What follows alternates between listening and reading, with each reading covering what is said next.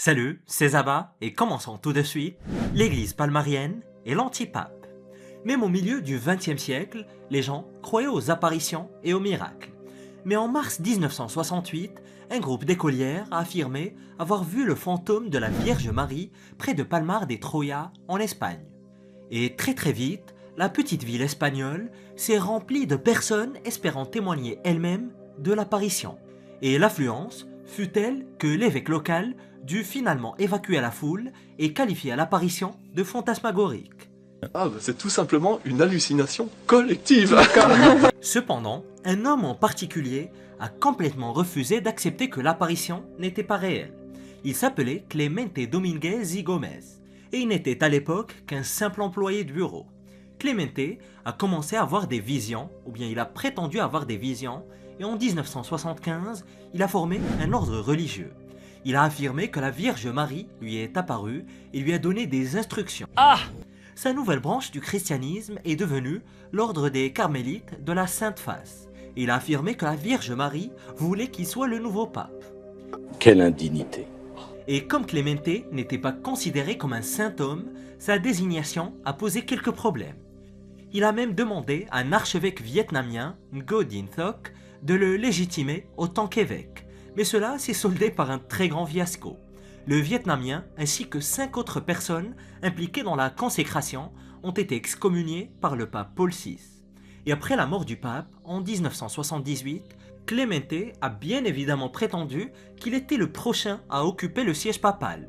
Il a même prétendu que Jésus lui-même voulait qu'il soit pape. Mais je me serais dit, mais vous fumez, monsieur? Ouais, il a osé le boug. Et comme il ne se gênait absolument pas, il a même changé son nom en Grégoire le XVIIe. Il a nommé ses propres cardinaux et a transformé son ordre religieux en église catholique palmarienne. Cependant, cela s'est avéré être une énorme erreur. À la fin des années 70, Clemente a été universellement rejeté comme pape par tous les ordres catholiques et d'ailleurs non catholiques du monde, à part le sien bien sûr. Néanmoins, il s'est tout de même annoncé comme un pape encore plus puissant que le pape de l'Église catholique romaine. Et bien qu'il n'ait pas beaucoup de disciples, il a dirigé sa propre organisation religieuse. Il a tenté de faire de Christophe Colomb un saint et a canonisé des dictateurs, préparez-vous bien, comme Adolf Hitler et Francisco Franco. Ça fait beaucoup là, non? Mais plus tard, et là c'est moins drôle, Clemente eut un accident de voiture et perdit ses globes oculaires, devenant ainsi le célèbre pape sans yeux. Mais même sans yeux, il a continué à donner la messe avec ses paupières cousues jusqu'à sa mort en 2005. Et c'était un spectacle très particulier. Aujourd'hui, l'église palmarienne existe toujours avec environ 2000 membres et son propre pape, Pierre III. Et avant de passer au sujet suivant, je tenais à vous remercier pour tout votre soutien et n'hésitez pas à me donner vos avis et vos suggestions en commentaire. Le donatisme. Au IVe siècle de notre ère, le donatisme est apparu comme une secte hérétique du christianisme. Le catholicisme gagnait en importance et le donatisme contestait son autorité. Originaires d'Afrique du Nord, ces adeptes croyaient en la pureté personnelle. Les donatistes affirmaient également que la sainteté ne pouvait être prouvée qu'en endurant la persécution. Selon eux, ceux qui abandonnaient leur foi dans les moments difficiles ou qui prononçaient le nom du Seigneur en vain sous la menace de la mort étaient trop impurs pour être membres de l'Église. Et comme énormément d'organisations des premiers siècles du christianisme, ils considéraient leur Église comme la véritable Église du Seigneur. Et leur petit côté masochiste en mettant l'accent sur la persécution remonte à l'empereur Dioclétien qui en 303 de l'ère commune lança une campagne contre tous les chrétiens. Il a ordonné la destruction des écritures chrétiennes et la démolition des églises. Les chrétiens devaient tout bonnement remettre leur Bible aux autorités romaines pour qu'elles s'en débarrassent, et de nombreux chrétiens, confrontés au choix entre la dévotion et leur vie, ou le bien-être de leur famille, abandonnèrent leur Bible et participèrent même à la destruction de leurs propres églises. Et en même temps, on les comprend un peu. Ces personnes ont été qualifiées de traîtres, considérées comme des personnages malveillants et des traîtres du Christ. Et en 311 de notre ère, Félix d'Aptonguie, impliqué dans la consécration de Cécilianus ou Cécilien, qui fut évêque de Carthage, fut accusé d'avoir remis des exemplaires de la Bible aux Romains pour qu'ils les détruisent. Considéré donc comme un traître, l'ordination de Cécilien fut révoquée, ce qui provoqua une division au sein de l'Église. Certains soutenaient que l'Église était corrompue pour avoir permis à un traître d'occuper une responsabilité ecclésiale, citant le manque de moralité comme preuve de la corruption. Cette idée a fait son chemin jusqu'à ce que l'évêque de Donatis de Carthage aille plus loin, suggérant que les traîtres dans l'Église polluaient le sacrement et ne pouvaient pas transmettre la grâce. Les donatistes ont donc convenu que tous les traîtres devaient être excommuniés immédiatement. Ils se sont affirmés comme la seule secte ecclésiastique pure au monde et ont soutenu que le caractère moral de l'Église devait être préservé. Cependant, ils finirent par être ignorés, perdirent leur pouvoir et disparurent au 5e siècle. L'antipape. À partir de l'empereur Néron, en 54 de notre ère, l'Église subit de violentes persécutions de la part des Romains, qui se poursuivirent jusqu'à l'empereur Constantin en 313 de l'ère commune. Au cours de ces années turbulentes, le modalisme a fait son apparition. Ses adeptes ne faisaient aucune distinction entre le Père, le Fils et le Saint-Esprit. Ils les considéraient tous les trois comme des modes différents de la même entité divine. Hippolyte, qui était un théologien chrétien, s'est opposé aux modalistes à la fin du IIe siècle. Il demanda au pape Zéphirin de condamner le modalisme comme une hérésie. Mais devant le refus du pape, Hippolyte se mit en colère. Il rumina sa colère jusqu'à la mort de Zéphirin et son remplacement par Calixte Ier en 217 de notre ère. Hippolyte prétendit même que Calixte n'était pas digne de diriger l'Église, sous prétexte qu'il avait détourné de l'argent alors qu'il était un jeune esclave. Et ceux qui accordaient leur confiance à Hippolyte l'ont choisi comme pape, ce qui a donné lieu au premier antipape de l'histoire. Et alors qu'il existait déjà un pape officiel, Hippolyte s'est tout de même proclamé pape, provoquant un schisme dans l'Église qui a duré près de 19 ans. Hippolyte était un rigoriste, prenant les châtiments très sévères pour les pécheurs, contrairement au reste de l'Église plus clément, enfin relativement plus clémente pour l'époque. Cependant, en 235, Maximin Ier de Thrace devint empereur et a entamé une guerre contre les chrétiens. Hippolyte et le pape officiel de l'époque, Poncien, sont arrêtés et envoyés travailler dans les mines. Au moins lui n'a pas choisi de camp et les a traités de façon égale, à savoir comme esclaves. Et apparemment, durant cette épreuve, Hippolyte a regretté sa longue opposition à Calixte Ier et il se réconcilie alors avec le pape Poncien, qui était alors exilé avec lui en Sardaigne. Il fallait que tous les deux soient exilés et traités en esclaves pour qu'ils règlent leurs différends. Et lors d'une nouvelle persécution déclenchée par l'empereur Maximin Ier, vers 235, les deux hommes moururent martyrs. Leurs corps ont ensuite été ramenés à Rome et Hippolyte devint le premier antipape à être canonisé comme saint, et il reste le seul à ce jour. Comme quoi, il ne faut jamais perdre espoir. Saul de Tarse. Saul de Tarse, mieux connu sous le nom de Paul ou Saint Paul, l'un des plus proches apôtres du Christ. Mais avant d'être un fervent disciple de Jésus, il n'était qu'un certain Saul, un homme qui n'était pas particulièrement très agréable. Aujourd'hui, l'apôtre Paul est reconnu comme l'un des plus grands missionnaires de l'histoire chrétienne. On pense qu'il est à l'origine d'une grande partie du Nouveau Testament. Et avant cela, Paul était un Romain très farouche. Il est né dans la ville de Tarse vers l'an 5 avant notre ère. Aujourd'hui, Tarse se trouverait dans la Turquie moderne. Ses parents étaient juifs, mais il possédait la citoyenneté romaine. Et alors que Saul n'avait que 5 ans, sa famille a déménagé à Jérusalem. Et c'est là que Saul a commencé à étudier les écritures hébraïques et en grandissant en tant que citoyen romain, il a commencé à détester la montée d'un nouveau système de croyances qui faisait des vagues à Jérusalem à l'époque. Et lorsque le martyr Étienne prêche contre les autorités, il provoque à la fois la colère des religieux et des autorités, ce qui lui a valu d'être arrêté et accusé de blasphème. Étienne a été reconnu coupable et condamné à être lapidé, ce qui a fait de lui le tout premier martyr et le premier saint de l'histoire chrétienne. Et devinez qui était là durant sa lapidation, ce n'est autre que Saul de Tarse, bien qu'il ne soit pas dit dans les Écritures que Paul ait jeté des pierres sur Étienne alors qu'il était impitoyablement battu, il était certainement présent et a participé à un certain niveau.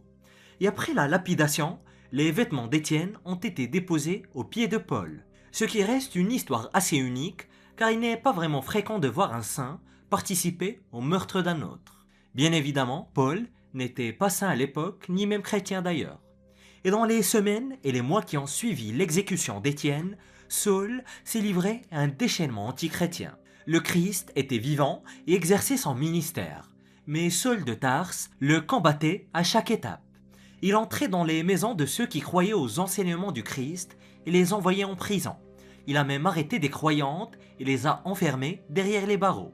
Il a également fait des choses horribles aux hommes qui dirigeaient les nouveaux groupes chrétiens. Mais c'est alors qu'il s'est retrouvé face à face avec le Christ lui-même. Et selon la Bible, Jésus était une figure si puissante que Saul s'est converti instantanément.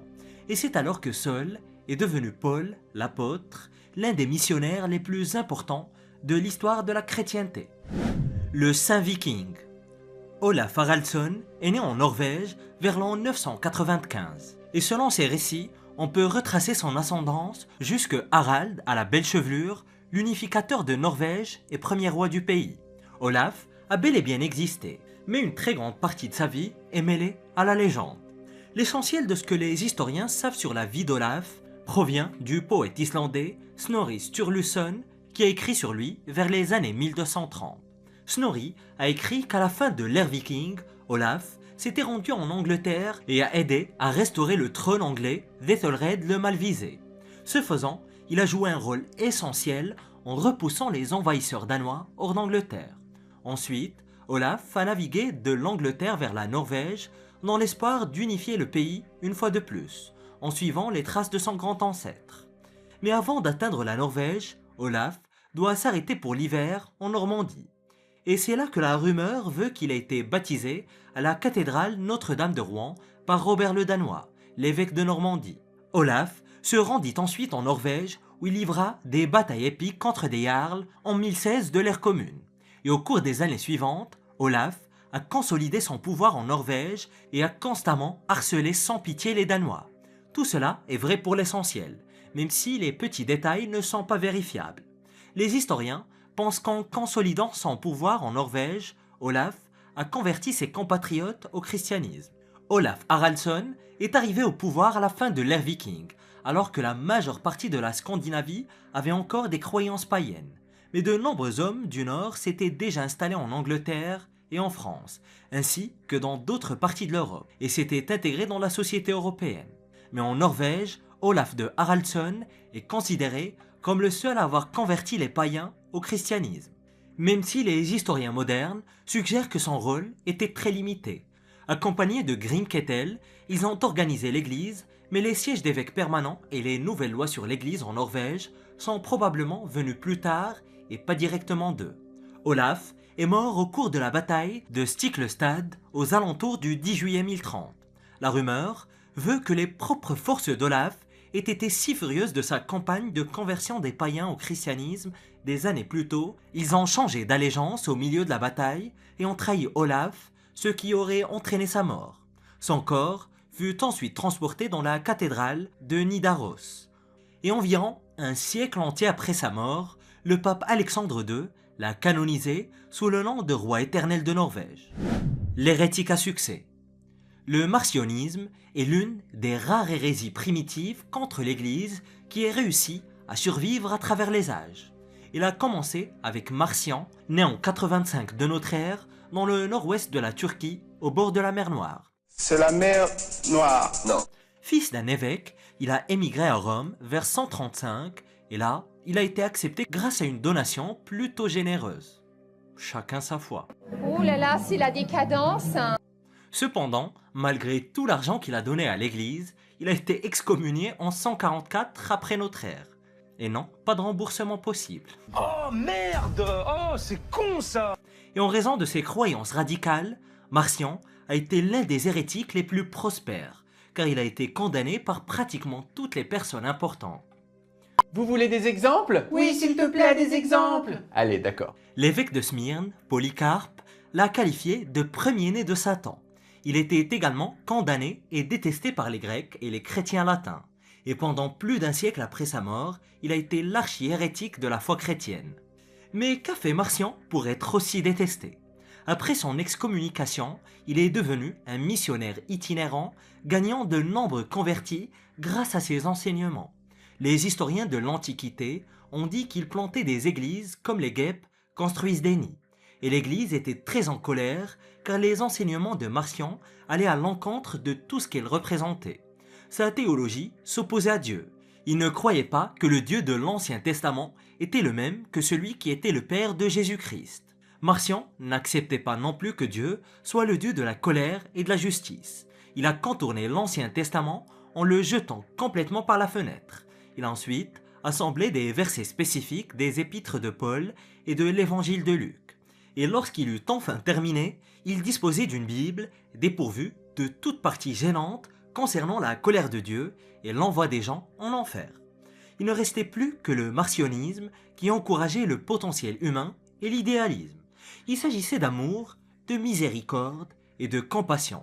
Il s'agissait d'un nouveau projet de société dans son ensemble, d'une humanité pure et bonne. Une très belle vision du monde et de l'humanité, mais qui n'est hélas pas réaliste et pas adaptée aux êtres humains. Les Valentins. Valentin, ou Valentinius en latin, était l'un des premiers théologiens gnostiques les plus brillants. Il a fondé une école à Rome au 1er siècle de notre ère, quelques siècles seulement après la mort du Christ. Il a produit toute une série d'écrits, mais peu d'entre eux ont traversé les siècles. On pense que le mystérieux évangile de la vérité pourrait avoir été écrit par Valentin, mais les érudits ne sont pas sûrs de cela. Ses disciples étaient connus sous le nom de Valentin ou Valentinien et ils croyaient en des choses assez farfelues. Par exemple, les Valentiniens croyaient que Jésus-Christ était en possession d'un grand savoir mystique.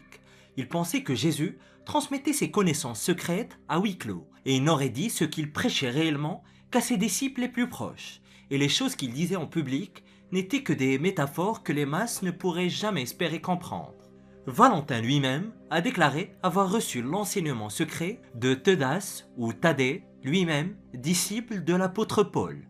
Et selon le renseignement, ce n'est qu'avec le secret mystique que l'on peut espérer comprendre le message du Christ. Apparemment, les Écritures étaient considérées comme beaucoup trop ambiguës pour que la vérité puisse être extraite sans le code secret du Christ, apparemment. Mais quel était ce secret particulier? Malheureusement, et vous en doutez déjà, on n'a jamais vraiment réussi à le décrire. Il s'agissait plutôt de quelque chose d'intangible, d'une sorte d'enseignement transmis en secret que personne ne semblait en mesure de décrire, et ils n'ont certainement pas laissé d'explication écrite à ce sujet. Ils croyaient aussi que Dieu était un être incompréhensible et on ne peut ni le connaître directement ni le décrire. Ils pensaient qu'il était infini, qu'il était à l'origine de tout, sans commencement ni fin. Et l'une de leurs plus grandes hérésies constituait à dépeindre Dieu comme une diade homme-femme à la fois, puisque Dieu était à leurs yeux un être primordial de tout état. Il était donc logique qu'il soit à la fois mâle et femelle, et pourtant ni l'un ni l'autre en même temps. Mais cette secte particulière du gnosticisme n'a pas duré très longtemps. Elle était beaucoup trop alambiquée pour que les gens puissent y trouver sens. C'était trop de cosmologie et de secrets, alors que le christianisme ordinaire était beaucoup plus facile à assimiler et à comprendre pour les masses. Vladimir Ier, prince de Kiev, s'est converti au christianisme en 987 de l'ère commune. Et tout comme Olaf Haraldsson en Norvège, Vladimir le Grand a joué un rôle très important dans la christianisation totale de la Russie. Mais il n'a pas vraiment commencé sa vie en tant que chrétien fervent comme Olaf. Il est né à une époque où les dieux païens étaient encore immensément populaires dans le nord de l'Europe. Et alors que Rome, l'Espagne et la France devenaient rapidement chrétiennes, les habitants des coins les plus reculés de l'Europe continuaient à vénérer d'étranges divinités dans d'anciens temples. Vladimir était l'un d'entre eux, un païen zélé dévoué aux dieux du peuple slave et à certains dieux nordiques. Il pratiquait la polygamie et a même bâti certains des derniers temples polythéistes d'Europe. Mais le tournant se produit lorsque Vladimir épouse Anna, la sœur de Basile II de Byzance. Ce mariage a conduit à sa conversion au christianisme. Et dès son mariage, Vladimir ordonne la conversion de tout Kiev et Novgorod à l'église orthodoxe. Sous ses ordres, toutes les autres religions doivent être détruites. Et après une vie consacrée aux anciens dieux, Vladimir a exigé que tout le royaume renonce à ses divinités et accepte Jésus-Christ comme seul et unique sauveur. Il est remarquable de constater avec quelle facilité un souverain puissant peut changer le paysage religieux de tout un pays, voire même de toute une région du monde. Et des satellites ont fait une étonnante découverte dans le désert égyptien qui pourrait tout bonnement changer l'histoire de l'Égypte antique. Découvre-la en cliquant sur cette vidéo.